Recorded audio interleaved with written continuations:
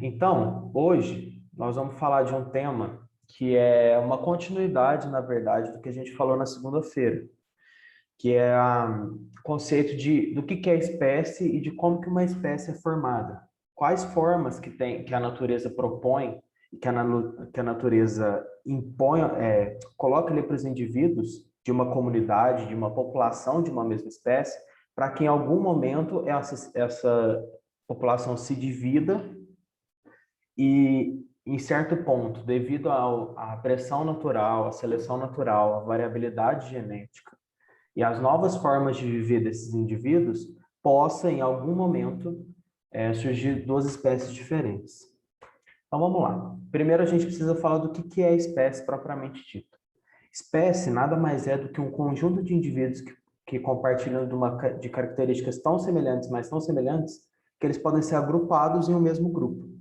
Então, mas adianta só isso? Um cavalo e um burro são relativamente parecidos? Não, não adianta só isso. Ou um lobo e um cachorro. O que que precisa ter para que um conjunto de indivíduos seja considerado uma espécie? Eles precisam, quando cruzam, gerar descendentes férteis, descendentes viáveis. Ou seja, quando um rato vai lá e cruza com outro rato, ele precisa, para ser considerado da mesma espécie, ele precisa gerar um indivíduo, ou um feto, enfim, um filhotinho, que seja, depois de algum tempo, capaz de gerar outro indivíduo. Esse mecanismo aí natural que a gente tem de o cruzamento de dois indivíduos de uma mesma espécie conseguirem ter um filho, um descendente fértil, a gente chama de fluxo gênico. Fluxo gênico por quê? Porque a gente vai ter troca de informações dentro da mesma espécie para que um novo indivíduo nasça. E esse novo indivíduo vai ser considerado da mesma espécie. Então, essa troca de informações efetiva que vai levar à formação, que vai levar à perpetuação da espécie, a gente chama de fluxo gênico. Além disso, como eu falei no começo, é importante a gente também delimitar formas de viver, o que esses indivíduos comem, o que eles fazem para poder acasalar, o que o macho canta de uma certa forma, a fêmea tem determinada forma de chamar a atenção do macho, enfim. Isso tudo passa pelo conceito do que é uma espécie e de como que a gente pode agrupar esses indivíduos. Mas, como eu já disse também na aula, uma mesma espécie pode dar origem a novas espécies. E seguindo uma ótica evolutiva, que é o que a gente está comentando desde a última aula, a gente tem os conceitos de anagênese e de cladogênese. É meio complicado de um nome, mas o conceito não é não. Anagênese nada mais é do que uma espécie, ela vai continuar evoluindo como conjunto, ou seja, ela não vai ter uma separação da população dela no meio, enfim, ela vai continuar evoluindo como um bloco. Então, todos os indivíduos daquela espécie vão ter uma evolução perene e vão dar origem a novas formas de viver dessa mesma espécie conforme vão passando os milhares de anos. Agora, a cladogênese, por outro lado, acontece quando existe uma separação geográfica entre os indivíduos de uma mesma espécie.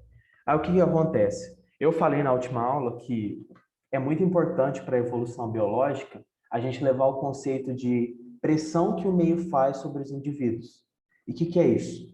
Por exemplo, se um grupo de indivíduos ficou de uma mesma espécie de cobra, por exemplo, ficou preso em uma ilha, eles vão ter características ali do meio, quantidade de alimentos, tipos de alimentos totalmente diferentes do que aquela mesma espécie de cobras que ficou presa no continente, por exemplo, que vai ter outro clima, enfim. E aí a gente tem um processo de cladogênese, ou seja, uma espécie que antes era uma coisa só, pode ser que dê origem a duas novas espécies. Então, aqui, o processo de formação da espécie, a gente tem que levar em conta sempre que isso demora muito, muito, muito tempo. Porque as ações do meio sobre os indivíduos elas são contínuas. Só que um só indivíduo não é capaz de mudar totalmente a direção de uma espécie. Uma só mutação não é capaz de mudar totalmente a direção, o direcionamento evolutivo daqueles indivíduos. Mas sim, a pressão do meio, sendo contínua durante muitas e muitas gerações, vai selecionar os melhores adaptados para aquele tipo de ambiente. E com isso, em algumas situações, em alguns momentos, vai ocorrer o fenômeno da especiação. Então, a gente pode falar que, na verdade, o fenômeno da especiação acontece a partir de uma diferenciação das últimas gerações.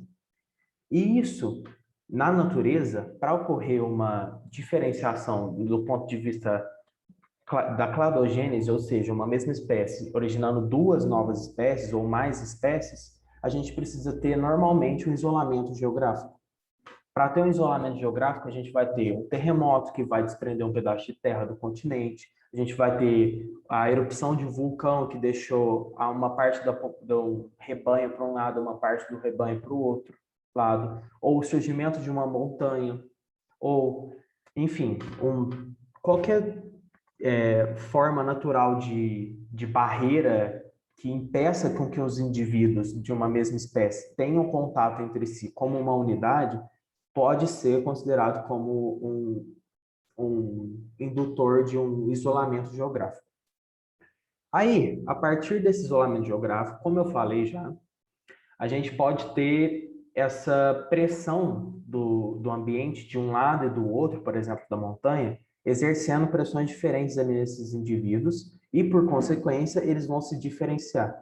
Pode chegar num ponto que a gente vai ter um isolamento reprodutivo, que é exatamente quando indivíduos que antes eram da mesma espécie, quando se encontram novamente, não podem gerar indivíduos férteis. E aí a gente já pode afirmar, a gente tem duas espécies novas que vêm de uma espécie antecessora.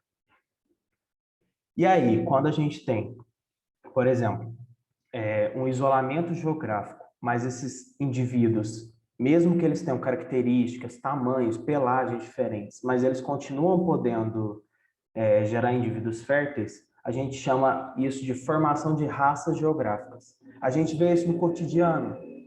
O cachorro, tipo, nada mais é do que antes a gente tinha um cachorro só, que ele foi evoluindo conforme foi passando os milhares e milhares de anos. E hoje a gente tem inúmeras raças de cachorro.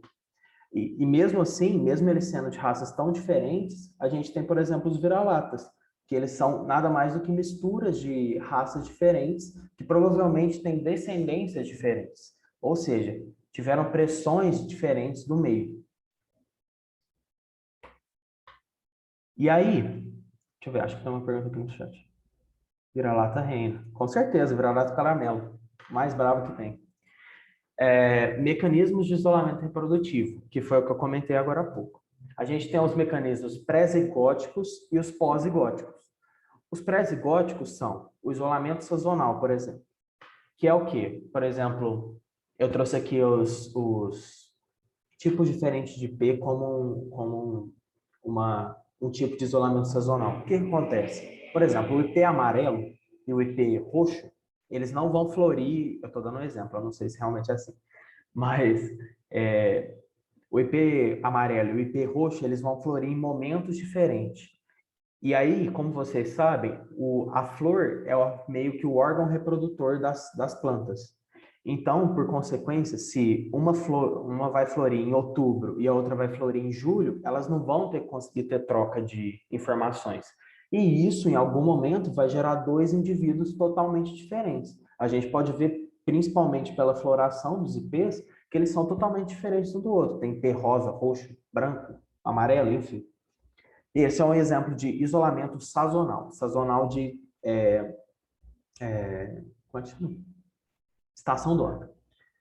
Isolamento ecológico é quando, por exemplo, indivíduos muito parecidos são levados a ter comportamentos diferentes ou viver em lugares diferentes, ter hábitos enfim, de alimentação diferentes, ou então que eles sofreram uma dispersão tão grande que alguns deles adaptaram-se a meios que os outros não se adaptaram. Esse, por exemplo, é o caso dos dois tipos de leopardo que a gente tem. Leopardo da montanha, que na verdade é a mesma coisa que leopardo das neves, e leopardo da savana.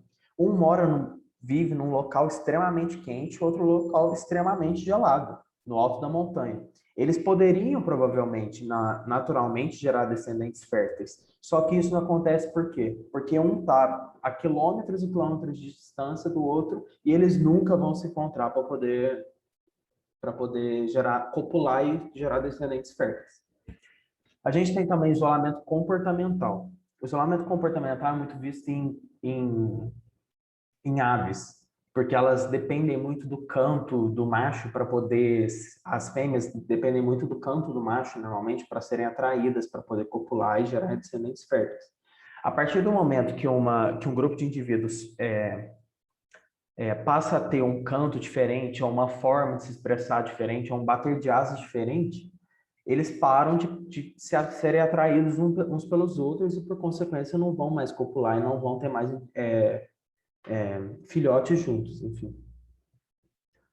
E o isolamento mecânico por exemplo, um São Bernardo, eu até coloquei aqui do lado, eu acho, um São Bernardo nunca vai conseguir ter um filho ter filhote com uma pincher, por exemplo, porque o tamanho deles é totalmente desproporcional. Não tem como um São Bernardo e um pincher copularem sem, por exemplo, a ajuda de inseminação artificial que o homem propõe para eles.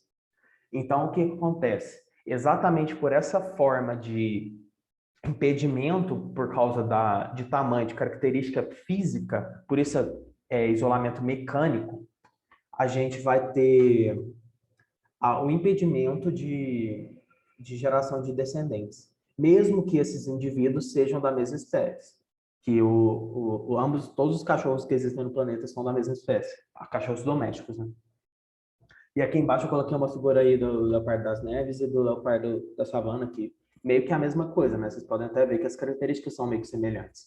Só que por conta desse isolamento geográfico, dessa distância geográfica, eles nunca vão se encontrar para poder ter descendentes. São Bernardo é um cachorrão grande mais que o cachorrinho das outras raças, exatamente. Pós-zigóticos. Então, mecanismos pós-zigóticos de seleção acontecem quando a copulação existe. Ou seja, um indivíduo vai cruzar com outro.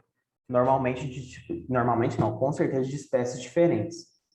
Então, o que acontece? Seja por diferença de formação do embrião, seja por morte do embrião, seja por impedimento no sentido de que, tipo, uma espécie tem um número determinado de cromossomos ou de material genético e a outra tem outro número de material genético, elas vão ser impedidas de gerar descendentes férteis. E aí a gente tem mais um exemplo de isolamento reprodutivo. Para começar, vou trazer o caso de morte de zigoto, que é quando ocorre a cópula entre indivíduos de espécies diferentes, normalmente parecidos, né? Ou seja, eu até trouxe aqui o jararaca e a jararaca ilhoa, que ela vive, essa jararaca ilhoa vive numa ilhotazinha no litoral de São Paulo, mas se, por exemplo, fosse proposto para que uma jararaca e uma jararaca ilhoa copulassem, elas provavelmente não teriam indivíduos férteis e nem não teriam indivíduos viáveis, porque elas são de espécies totalmente diferentes. A pressão adaptativa já totalmente determinou que elas são diferentes e não tem o que fazer mais. E o segundo caso é a inviabilidade do feto, que é quando a cópula ocorre, o feto é formado, só que ele é inviável dentro do útero, ou enfim, dentro da placenta, ou dentro do ovo da fêmea, enfim. E isso acontece justamente também porque são de espécies diferentes e eles não podem ter descendente. E a esterilidade do híbrido, desculpa, que é quando pode até ocorrer cruzamento e gerar um indivíduo viável no cruzamento de duas espécies diferentes. E até o exemplo mais clássico é do cruzamento do jumento com a égua e do cavalo com jumento, que vai gerar burros e mulas. Só que eu acho que vocês devem saber que burros e mulas são incapazes de ter filhotes. Isso acontece porque o número de cromossomos deles é ímpar, ou seja, eles têm 63 cromossomos no seu material genético. Para você formar um zigoto, que depois, quando encontrar outro zigoto feminino, masculino ou feminino, vai formar um... Aliás, me perdi todo.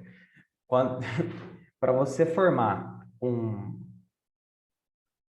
uma célula capaz de se fusionar com outra para poder formar um embrião, você precisa ter uma quantidade de cromossomos par, porque sempre quando você vai formar esse tipo de célula, que a gente chama de célula germinativa, você vai dividir ao meio a quantidade de cromossomos.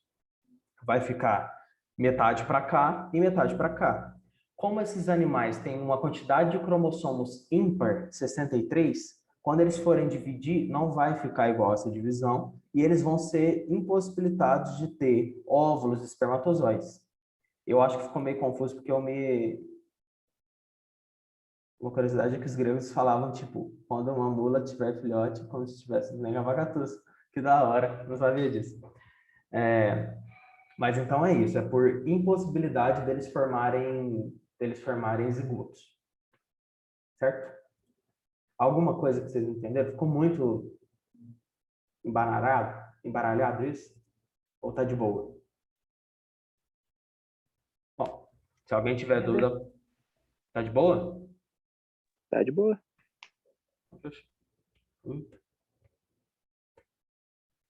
E para falar um pouquinho aqui de um tema meio assim, é importante porque isso aqui que realmente, quando a gente fala de especiação, que é o que cai, que vai aparecer na prova de vocês lá no fim do ano, que é o conceito de cladograma e parentesco evolutivo. Quando ocorre a especiação e quando ocorre a diferenciação de uma espécie antecessora, a gente consegue representar isso por meio de um gráfico. E esse gráfico é o que eu trouxe aqui embaixo. O que esse gráfico fala? O que esse gráfico fala? Ele fala, por exemplo, ó, vocês estão vendo nesse gráfico do lado esquerdo aqui, tem essa reta A, não tem? Bem no fim dessa reta A, não onde está escrito A, lá no fundo, a gente tem um ancestral comum. Esse ancestral comum, ele deu origem à espécie A, à espécie B e à espécie C. Ou seja, essas três espécies têm um ancestral em comum. E aí, a partir disso, a gente pode traçar relações entre espécies de um mesmo filo, ou de uma mesma classe, de uma mesma ordem. Esse conceito de classe, ordem, filo, a professora Marina vai falar com vocês daqui um pouquinho mais para frente. E o grande interesse, portanto, desse cladograma é a gente poder estudar a evolução dos seres. E o vestibular gosta muito de bater na tecla de evolução e de características adquiridas pela evolução, de características comuns e onde que surgiu essa característica.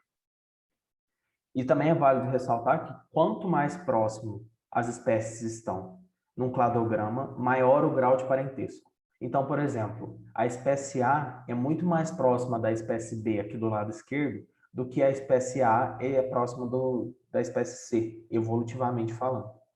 Da mesma forma que A e B são muito mais próximas do que B e C, e A e C são muito mais próximas do que B e C. Então, eu trouxe aqui até uma questão do lado esquerdo, aqui, do Enem de 2015, a segunda aplicação. Nessa questão, ele falava sobre ovos protegidos por casca. Os ovos protegidos por casca foi uma evolução, assim, um negócio que os animais adquiriram, que foi muito importante para a evolução e para a perpetuação das espécies no meio terrestre. Porque com a casca, você protege o seu embrião do ressecamento, do choque mecânico, de predadores, que às vezes não tinham como quebrar aquela casca. Enfim, você pode ter uma sobrevida muito maior da sua linhagem. Então, o Enem bateu nessa tecla aí em 2015. Aí ele fala lá, o cladograma representa de forma simplificada o parentesco evolutivo de diferentes grupos de vertebrados. Nesses organismos, o desenvolvimento de ovos protegidos por casca rígida possibilitou a conquista do ambiente terrestre.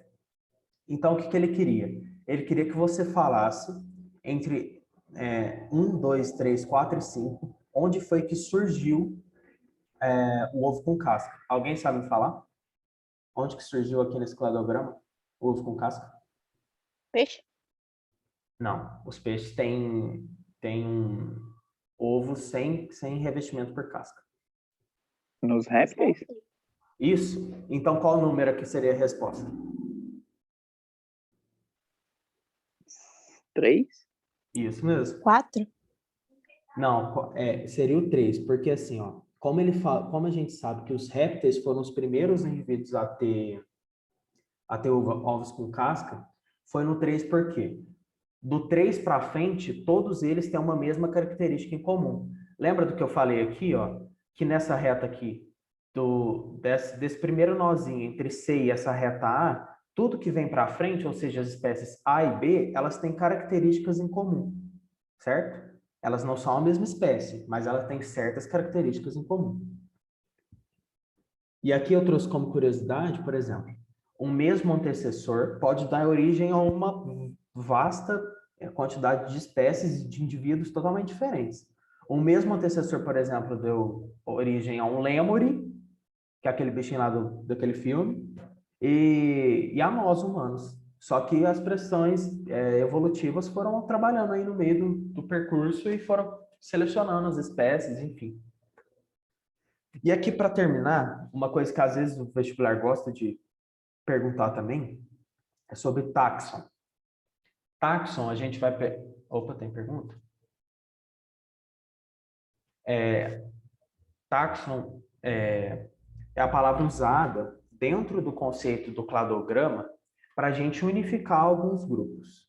Então, a gente tem táxon monofilético, parafilético e polifilético. O que é o táxon de um grupo monofilético?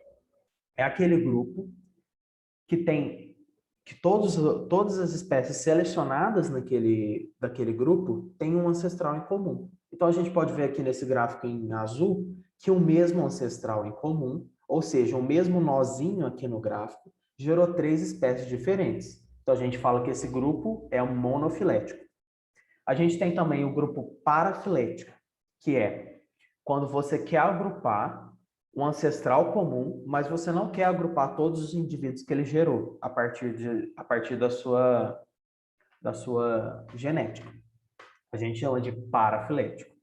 E polifilético é aquele que a gente não pode determinar um único ancestral comum, ou então que a gente tem que determinar mais de um ancestral em comum. Ou seja, é meio que aleatório aqui.